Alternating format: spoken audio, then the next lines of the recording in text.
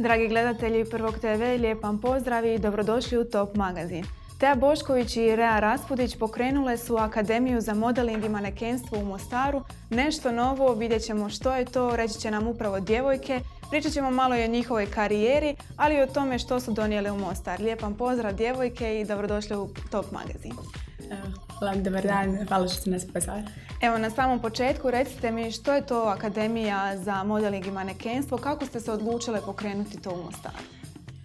Pa eto, mi odavno već imamo tu ideju, zapravo ideja je nastala prije godinu i pol dana.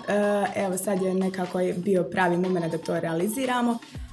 Razmišljali smo jako dugo o takvim nekim stvarima, pošto u Mostaru ne postoji tako nešto, takav neki plan i program koji mi zamišljamo. I eto, upravo smo sada u toj nekoj realizaciji te naše akademije. Često se poistovjećuje pojam akademija i agencija, upravo prije emisije ste mi malo to objašnjavali, pa može i za naše gledatelje objasniti malo te pojmove i razliku. Pa dobro, razlika između akademije i agencije, pošto je agencija profesionalni vid bavljenja modelingom, a naša akademija je zapravo za sve polaznike, za sve ljude koji se žele baviti s tim, koji žele naučiti nešto o tome. Želimo im pokazati zapravo što je to modeling i što je to manekenstvo. Želimo i podučiti zapravo sve ono što jedan profesionalni model može znati od ovome posla. Radile ste već 2 castinga, kako je bilo, je li prošlo dobro, sve u najboljem redu? Pa mi smo jako zadovoljni odazivom djevojaka, imamo... Je li ima muškaraca? Da, imaju 2 dečkića. A recite mi raspon godina za prijave? Od 5 do 23 godine svakako ćemo raditi u grupama, dakle mlađa populacija je podijeljena od 5 do 15, a ovi drugi su od 15 do 23. Tako da, i recite mi na kakvom će principu raditi vaša akademija, kako će se održavati taj tečaj? Akademija inače traje 3 mjeseca, nakon završene akademije svi kandidati dobivaju certifikat i diplomu o završenoj akademiji. Obuka će trajati 2 puta tjedno po sat i po. Tako da, eto, to je nešto ukratko. Sada se malo posvetimo vama. Kad ste se vi počeli točno baviti modelingom, manekenstvom? Kad si ti Teja počela? Pa eto, ja sam počela otprilike prije 7 godina ovdje nekako u Mostaru i nisam ni planirala nikad ulaziti u te neke vode. Zapravo radila sam jedan posao, drugi posao, onda su nekako krenule se stvari same posluživati po nekom svom tijeku. I onda sam imala te neke sreće i preko nekih kontakta sam otišla vani. I evo već 7 godina uspješno gradiš svoju karijeru. Ti, Rea? Pa sa 2,5 godine sam imala prvu reviju, sa 15 godina sam radila reklamu za Coca-Cola Light. To mi je bila neka, ajmo reći, podskočna daska. I nekako to posebno pamtiš u svojoj karijeri. Recite mi za Bosnu i Hercegovini, koliko se cijeni modeling ovdje i može li se od toga raditi i živjeti? Po vašim reakcijama mislim da ne. Pa ovaj posao se u Bosni i Hercegovini može baviti, s tim se može baviti honorarno, znači zarađivati honorarno, a nikako nekako kao da je to primarni posao. Vani je to skroz drugačije, vani je to posao kao i svaki drugi, tako da ovdje je jako malo tržište zapravo. Ima tih nekih snimanja ponekad, nažalost, ali eto, bitno je izvući sve najbolje iz toga iskustvo, nije bitno samo zarada, bitno je rad na sebi, bitno je dakle to neko iskustvo, ti neki kontakti, lijepo provedemo vrijeme, putovanja, što nosi sve ovaj posao.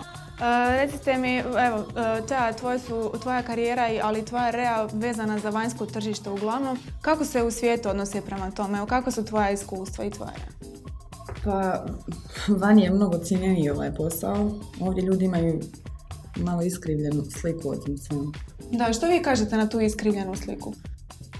Pa mi se ne obaziremo previše na takvo neko mišljenje. Mi imamo svoj cilj, imamo svoj pravac, tako da želimo pokazati nešto novo ljudima, raditi ovaj posao kako se radi vani, pokazati da je to posao kao i svaki drugi posao, tako da na takav način mi to doživljavamo. Nije nam toliko bitno nečije mišljenje kako će doživljavati ovo sve, tako da eto. Da, oni koji vole to, oni će se pronaći.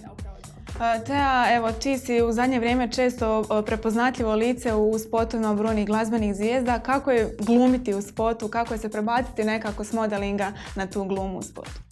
Pa dobro, eto,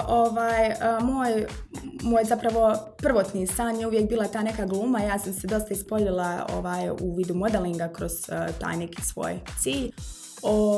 Meni je to kao svaki drugi posao, ja to baš ne doživljavam tako kako drugi ljudi doživljavaju, mislim. Eto, radim dosta stvarno i zadovoljna sam i svaki put stvarno pokušavam dati 100% od sebe, pa se na kraju vidjeti neki rezultati. Želim da odradim svaki put taj posao kako treba, završiti sa nekom pozitivnom energijom, tako da mislim da i gledatelji to mogu prepoznati. Recite mi, razmišljate li o budućnosti? Često se postavlja ono pitanje karijera ili majčinstvo. Kako vi to doživljavate? Što vi mislite o tom? Pa, mi svakako gledamo to kao neki spoj, ne bježimo ni od jednog ni od drugog, sada imamo neke te poslovne ciljeve i planove, a i svakako i majčinstvo će doći samo po sebi, tako da vidit ćemo. Odradila su se 2 castinga, kad započinje škola? Škola započinje sutra je 1. sat. Kad počinje, jeste spremne vi? Ja, mi jesmo svakako, imamo taj neki plan i program za 3 mjeseca, tako da već sutra startamo oko 7 sati. Eto, radujemo se. I da za naše gledatelje ponovimo, znači to će se održavati u tržnom centru Orka, a za one koji su propustili casting, jel postoji još neka šansa?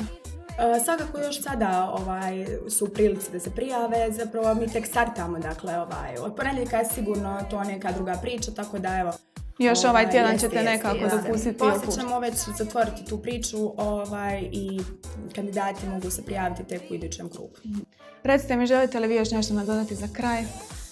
Pa eto, nama je drago što ste nas pozvali u emisiju, stvarno vam hvala zbog toga. Eto, nadamo se da ćemo ostvariti svoj cilj u budućnosti, da ćemo pokazati nešto novo ovom gradu i gradu Mostaru, da ćemo im približiti ovaj posao, da ćemo mlade ljude obučiti i prenijeti naše dugogodišnje iskustvo. Hvala vam puno, ja vjerujem i sigurna sam da ćete ostvariti svoje ciljeve i da ćemo biti ponosni i na Teo i na Reu. Hvala vam. A vama, dragi gledatelji, hvala na pozornosti i lijep pozdrav do idućeg Top magazina.